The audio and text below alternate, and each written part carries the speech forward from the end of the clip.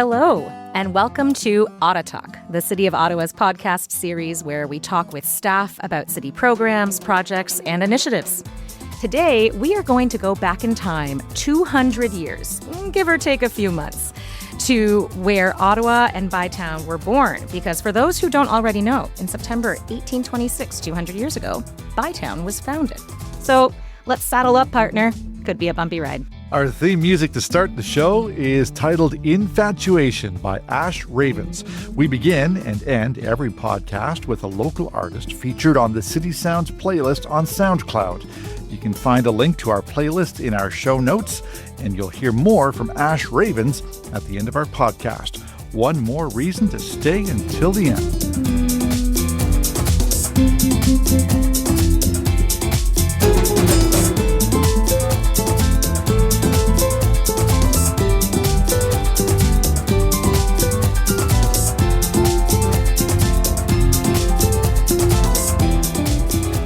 My name is Tom Pekloff. I'm a Public Outreach and Communications Coordinator in the Public Works Department, supporting parks maintenance and forestry services. And I'm Shirley Mann. I'm also from the Public Works Department. I'm an Operational Excellence Strategist, which means I support leaders in the department with leadership development. And in a moment, we are going to talk to Paul Henry, the City Archivist. So, Tom, I know you've been living in Ottawa longer than I have. Are you a history buff? I am. It drives my family nuts. Right? We're walking down the street. I have to stop and read every plaque. We're driving down a highway. I pull over. I read every plaque. We went to the Baltics last summer, steeped in history, into the museums. They were done in an hour. I was not. So because we're celebrating Ottawa 200, the founding of Bytown, what do you picture when you think of Ottawa 200 years ago? I feel it was dusty. I feel it was very, very dusty. A lot of narrow streets, a lot of horse and carriage kicking up the dust everywhere. That's the image I get. Yeah, fair enough. Fair enough. I actually used to be a tour guide before I started working for the City of Ottawa, and I used to take school groups to Ottawa. And I actually had the story of the founding of Bytown memorized for several years. So I would tell the story of Colonel John By and the engineering of the canal and the building of it. So I'm really excited to talk to Paul today. Yeah, it's going to be a about great history. one. Yeah. Before we get started, we've got a few housekeeping notes. Just know that any city programs or services we talk about will be in the program notes wherever you are streaming this podcast, or you can search for them on the city website, which is ottawa.ca. The program notes also have a link to the city's YouTube channel, where you will find our entire podcast archive. Now, Paul Henry needs an archive to store all the awards he has received for being an archivist. He was elected a Fellow of the Royal Society of Arts in 2022 and, over his more than 30-year career, has received the Queen Elizabeth II Diamond Jubilee Medal, a City Manager's Award, the Alexander Fraser Award, the Public Service of Canada Award of Excellence, and the Roland Michener Medal. He is the City Archivist, and he's with us here today. Paul, welcome to OttaTalk. Thank you for having me. So what is it that fuels your history, or your interest rather, in history? Where did that interest come from? Well, I'm responsible for ensuring that the best record of the city is kept so that future historians can look back and write our history. It's actually an amazing job. I'm trained as an historian, but as an archivist, I work with the raw materials that help us tell these enduring stories from our collective past, a past that we believe, anyway, should belong to everyone, not just archivists and historians. In Canadian archives, is different from, say, American archives, where we acquire not only government records, but the records of individuals, businesses, and community groups. Archives should really be a reflection of all of society. And as Sir Arthur Doughty, Canada's first Dominion archivist, once said, archives assume a startling importance, for they replace hands that have vanished and lips that are sealed. Wow, beautiful. You know, many people might not realize that the City Archives is a public place, and I have to admit, before this, I didn't realize that either. And people are invited to come and look at the collection. So please tell us, where is it, and who are your biggest customers at the archives? So it's located at 100 Tallwood Drive at the corner of Woodruff Avenue. Our customers and our city staff and the public, students, genealogists, and anyone with a keen interest in history and research. On a typical day at the archives, it's a busy mix of activities. We might have someone from the community dropping off a donation, a researcher digging into records for a book that they happen to be writing, or someone tracing their family tree through genealogy files. At the same time, the group could be touring our facility or exploring one of our exhibits. History is always in motion. And this past December, in fact, our facility was the scene of a film shoot. Oh, that's exciting. And I love that what I'm hearing from you is that, through exhibits and partnerships, the archives are bringing Ottawa's history to life. So right now, there's an exhibit on called Cultivating Community, Agriculture Rooted in Ottawa's History. And it's at City Hall in the Barbara Ann Scott Gallery. I actually just popped in before meeting you here. Can you tell us what that exhibit says about the relationship between colonial and Indigenous farmers in Ottawa at that time in our history? Well, agriculture in Ottawa is about so much more than crops and land. It's a story of colonial expansion, Indigenous resilience, and communities finding ways to survive in the wilderness, effectively. This exhibit invites us to think about how farming not only shaped the land, but the relationships and power dynamics that still influence our region today.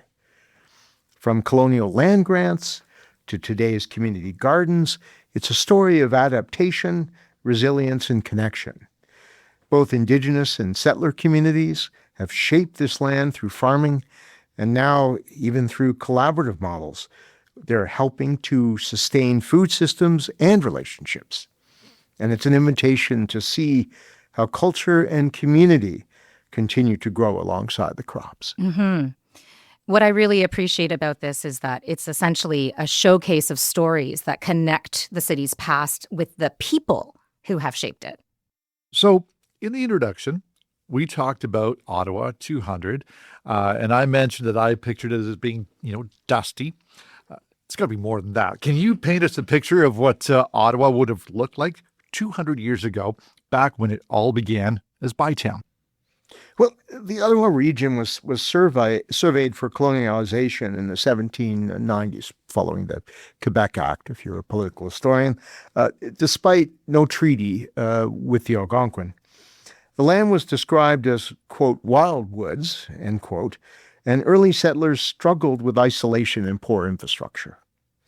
Some turned to the timber trade, but agriculture remained central. The construction of the Rideau Canal, beginning in 1826, led to the founding of Bytown, opening the area to more farming. Settlers often arrived through what's called chain migration, forming tight-knit communities which spread across Canada. Picture this.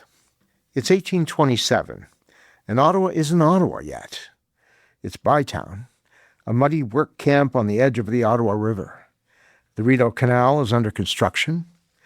On the hill to the west, Upper Town is taking shape with neat plots of merchants and officials. Across the canal, Lower Town is crowded with Irish and French workers living in rough shanties. The British military controls the land in between because this whole project started as a security plan after the War of 1812. Life is tough, noisy, and divided. But markets are opening, churches are being built, and the city is starting to grow. Now, somebody of my vintage might remember Stony Mondays as a bar in the Byward Market. And of course, the McGinty name is well known in this city. What can you tell us about Mrs. McGinty and the Stony Monday Riot? Well, Mrs. McGinty's name is actually tied to one of Bytown's most turbulent moments, the Stony Monday Riot of 1849. What began as a public meeting to welcome Governor General Lord Elgin, of the Lord Elgin Hotel name, turned violent as reformers and Tories clashed in the Byward Market over the controversial Rebellion Losses Bill. It was a defining episode in Bytown's early political life, showing just how deeply these divisions ran. Mrs. McGinty, known as Mother McGinty, ran a lively Corktown tavern where politics and whiskey mixed freely. Her place was a hub for Irish workers, and while she wasn't in the riot herself, it's easy to imagine those fiery debates spilling out from her bar into the streets during Bytown's most turbulent days. Yeah, what was the Rebellion Losses Bill like? What was it? Why was it controversial? What was it all about? The Rebellion Losses Bill was essentially after the 1837 rebellion.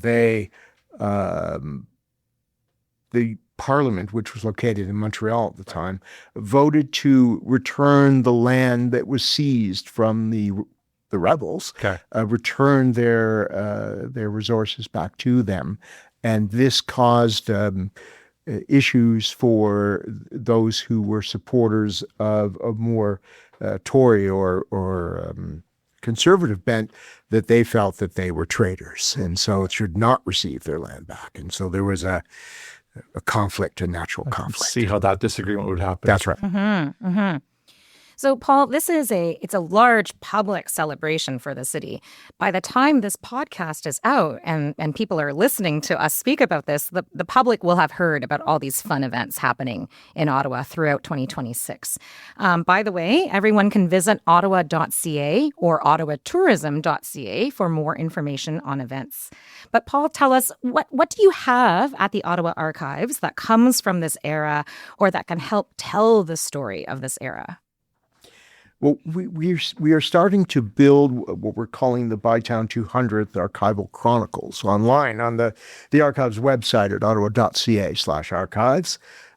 Through archival records, historical insights, and profiles of key figures, this series brings Bytown's story to life one chapter at a time, as told through our archival collection, not the collection of the National Archives, not the collection of the Bytown Museum, but the City of Ottawa's archival collection. You can explore more archival photos on YouTube, Facebook, and Instagram in 2026, and the mayor has been sharing as well archival photos on his social related to Ottawa's past from the archive's 6.5 million photos that are in our collection.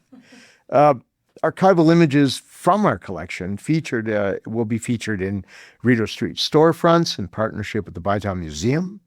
And we have a map conservation project. The Archives has brought to light a fascinating piece from its holdings, a scrapbook originally assumed into our collection from the Historical Society of Ottawa, which contains maps and other documents surrounding the prolonged legal dispute around Nicholas Sparks of Sparks Street name, his land. The maps are now currently undergoing conservation treatment, and we will be sharing those later this year. We have a number of exhibits where we have Cultivating Community, which we just talked about. We have a series of virtual exhibits which tell parts of that story on our website. In digital collections, we also have our collection spotlight articles written by staff and posted monthly on such topics like Dow's Lake, St. Louis and the California Gold Rush, and recreation on the Rideau Canal. And we have many, many more stories about Ottawa on our website, ottawa.ca/archives. Wow, we're lucky we have a whole year to get to do and see all these things. That's incredible. And so if anyone is trying to keep track of that, rewind a second and make a list of things you want to do. If you're following us on socials, find us at Ottawa Archives. And like Paul just mentioned, you can also go to ottawa.ca/archives. Now, for someone who wants to learn more about what Ottawa was like 200 years ago, what else would you tell them to do? Well, interestingly, there has never been a definitive history of Ottawa. We have lots of boutique histories from various points of view, talking about the characters of the past and events and so on, and many excellent pictorial histories of Ottawa, but nothing definitive. Even we've uncovered new details from our Bytown collection, and we'll be sharing those discoveries with our Bytown Chronicles online that I just mentioned. It's a fresh look at the city's roots. Please visit, as I keep mentioning, ottawa.ca/archives to explore our collection spotlight articles, virtual exhibits, and the Bytown Chronicles, which will be posted throughout the year through 2026 and 2027. Follow us on social for more Ottawa stories. or stop by the archives in person, 100 Tallwood Drive, and discover our reference room, which is free to access to anyone during our regular hours, which are Tuesday to Saturday. And please also visit some of our partners in the community, such as the Bytown Museum, who will also be hosting some Bytown 200 events as well.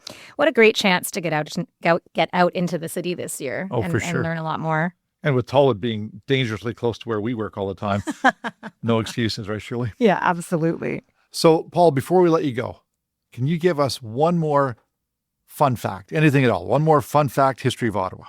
I think what's really interesting, I talked about one earlier about Ottawa's water. Right. And this is interesting because it wasn't until 1961 that we were treating water going back into the Ottawa River once we built the ROPAC Center. So when you start to look into Ottawa's history, you realize how proximate we are to what we read about in the history books. It's not too long ago that we started doing things that we take for granted today. Fantastic. Well, Paul, thanks for being here today. Really appreciate it. Thank you. Listeners, this may be the end of the podcast, but it's certainly not the end of the conversation. Remember to visit ottawa.ca for more information about the programs you heard about here. Be on the lookout for upcoming announcements about more City of Ottawa podcasts, because that's when we ought to talk about something completely different. To play us out today, here is a little more of Infatuation by Ash Ravens from the City Sounds playlist on SoundCloud.